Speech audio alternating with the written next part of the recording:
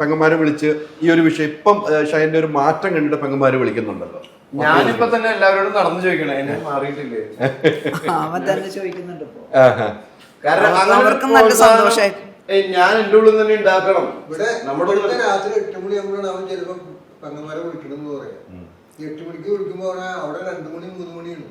ആ നേരത്താണ് അവൻ വിളിക്കുന്നത്. ഷൈനും അടുത്ത രണ്ടാമത്തെ കുട്ടി നമ്മൾ 2.25 വയസ്സിന് വ്യത്യാസമുള്ളൂ. പക്ഷേ ഇവൻ ഷൈൻ എന്ന് പറഞ്ഞാൽ ബാക്കി 3 പേരും ഭയങ്കര കെയറിങ് ആണ്. താഴെയുള്ള 3 പേരും വളരെ കെയറിങ് ആണ്, വളരെ ലവിങ് ആണ് എല്ലാവരോടും. അതിപ്പോൾ ബന്ധുക്കളോടാണെങ്കിലും അതേപോലെയാണ്. അതുകൊണ്ട് അവൻ്റെ കാര്യത്തിൽ ഭയങ്കര കാര്യമാണ് ഇവർക്ക് എല്ലാവർക്കും. അപ്പോൾ എല്ലാത്തിനും അവർക്ക് സങ്കടമാണ് ഇങ്ങനെ പ്രശ്നങ്ങൾ ഉണ്ടായപ്പോൾ. 10 വർഷം മുതൽ ഇപ്പോഴാണ് എല്ലാവർക്കും ഒരു വ്യത്യാസങ്ങളൊക്കെ വന്നു തുടങ്ങി. പഴയ ഷൈൻ തിരിച്ച് വന്നു തുടങ്ങി എന്നുള്ള ഒരു അല്ല ഷൈന ഈ പറയുന്നത് ഞാനും അവിടെ SH-ലാകുമ്പോ നിങ്ങളൊരു ഇന്റർവ്യൂ ഉണ്ടല്ലോ, എന്നെ കുറിച്ച് കുറച്ച് നല്ലതൊക്കെ എഴുതിയിട്ട് തീരെ റീച്ചിട്ടില്ലല്ലേ? ഞാൻ പറഞ്ഞല്ലേ നല്ല എഴുതി. ഷൈനെ നമ്മളെ സംബന്ധിച്ചോളം എനിക്ക് പെങ്ങന്മാരെ 2 പേരെ അറിയാവുന്നതാണ്. ദുബായിൽ വെച്ച് ഞാൻ കണ്ടിട്ടുണ്ട്. ദുബായിൽ നമ്മൾ രണ്ടുപേരും ന്യൂസിലൻഡിലേക്ക് അത് കഴിഞ്ഞ ഇടയ്ക്ക് മമ്മി പറഞ്ഞായിരുന്നു. പക്ഷെ അവർ അന്നും അവിടെ വരുമ്പോഴും ഷൈനെ കാണുമ്പോഴും അന്നും ഷൈന അവിടെ ഓട്ടോ ആണല്ലോ. അന്ന് ഞാൻ ഷാർജ എയർപോർട്ടിൽ നിന്ന് മമ്മീനെ കയറ്റി വിട്ടിട്ട് ഓടി ഒരു ഓട്ടോ ഉണ്ട്. ഞാൻ വിചാരിച്ചു പെട്ടെന്ന് എത്തുന്നു എയർപോർട്ട്. അല്ല നമ്മള് ദുബായിലേക്ക് പോകുമ്പോ എന്നിട്ട് ഞാൻ ഓടി ഭക്ഷണം കിട്ടാതെ ഒരു ഹോട്ടലിൽ നിന്ന് കയറി. ഞാൻ വിളിച്ചാണല്ലോ ഡാഡി എന്നെ വിളിച്ചുകൊണ്ട് ഞാൻ അവിടെ വിളിച്ചാണല്ലോ. അല്ല അങ്ങോട്ട് പോകാനും ഒന്നും നമുക്ക് ദുബായിക്ക് വേണ്ടി ഞാനും മമ്മിയും എയർപോർട്ടിൽ വന്ന് നിൽക്കുവാണ്. നീ വന്നിട്ടില്ല, പാസ്പോർട്ട് എത്തുന്നില്ല. ഓർക്കല്ല മമ്മി അന്ന് ദുബായിക്ക് പോകാൻ വേണ്ടി കഴിഞ്ഞെത്തുന്നില്ല. നമ്മളെ എയർപോർട്ടിൽ പറയാം കുറച്ച് സമയം കൂടെ തരൂ. പക്ഷെ അതിൽ നിന്നൊക്കെ ഒരു മാറ്റം വന്നു. ജോക്കട്ടൻ പാസ്പോർട്ടുമായിട്ട് വന്നു. അല്ല ജോക്കട്ടനിലെ പാസ്പോർട്ടായിട്ട് വന്നു. അതെ ദുബായിക്ക് പോയി. ഒരു അന്വേഷണത്തിന്റെ തുടക്കം. ഡാഡിക്ക് എപ്പോഴും കേസ് അന്വേഷണത്തിന്റെ തുടക്കം അതൊന്നും മാറിയിട്ടില്ല. അത് 89 തുടങ്ങിയ കേസാണ്. ഓലപ്പാമ്പ്.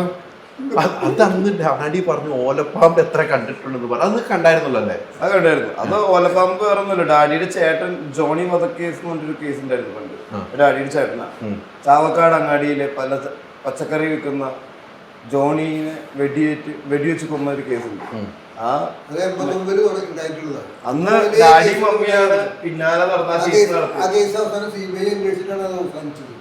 അന്ന് നമ്മുടെ പോലീസ് സർജൻ ഉമാദത്ത് വന്നിട്ടാണ് അത് കണ്ടുപിടിക്കുന്നത്. രണ്ടാമത്തെ പോസ്റ്റ്മോർട്ടം നടക്കുന്നത് ഉമാദത്തിന് അറിയില്ലേ കുറിപ്പില് അന്ന് തൊട്ട് ഡാഡി കേസിന്റെ പിന്നിൽ നടക്കുന്നത്. അതുകൊണ്ടാണ് ചുമ്മാതല്ല ഓലപ്പാമ്പ് കണ്ടിട്ട് പീഡിപ്പിക്കണ്ടെന്ന് പറഞ്ഞത്. അല്ലു പറഞ്ഞിട്ടെന്താ സുന്നാവാന്ന് ചോദിച്ച പോലെ ചെറുതായിട്ടുണ്ടെന്ന് ചെറുതായി ഇപ്പൊ പാല്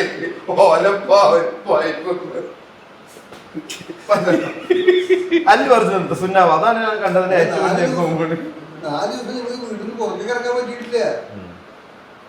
വീടിന്റെ മുന്നിൽ എന്നിട്ട് അവര് വീട് വിട്ട് പോകുന്നു. ഞാൻ നോക്കുമ്പോ വീട്ടിലെ കറണ്ടൊക്കെ കട്ട് ചെയ്തിട്ടിരിക്കുക. TV കാണണ്ട. ആരോ കട്ട് ചെയ്തെന്ന് അറിയില്ല. ഞങ്ങൾ അവസാനം വീട്ടിൽ വന്നപ്പോ വീട്ടിൽ കറണ്ടില്ല, പിന്നെ ഫ്രിഡ്ജ് വർക്ക് ചെയ്തില്ല, താറിന്റെ വയർ കട്ട് ചെയ്തിട്ടിരിക്കണം. അപ്പൊ ഏതോ ഇലികളും പെരിച്ചായികളും ആ വഴിക്ക് നടന്നിട്ടുണ്ട്. കൊറേ പേര് വന്നിരുന്നു പറഞ്ഞു. വരാൻ തുടങ്ങിയപ്പോ വീട് അവരെ ഏൽപ്പിച്ചിട്ട് ഞങ്ങൾ നാട് വിട്ടു. തൃശ്ശൂര് വീട് കേട്ടാ. Ultra modern kitchen devices. ഒരു കിച്ചണിൽ വേണ്ട എല്ലാ ലേറ്റസ്റ്റ് ബ്രാൻഡുകളും ഇവിടെയുണ്ട്. ലോകോത്തര ബ്രാൻഡുകൾ, original products, wide range. MyG future. WhatsApp വഴി ഇംഗ്ലീഷ് പഠിക്കാൻ ഇംഗ്ലീഷ് കഫേ ഉള്ളപ്പോൾ ഇംഗ്ലീഷ് ഒരു വിഷയമേ അല്ല. English cafe, we present you the perfect English. WhatsApp now 9633 888 575.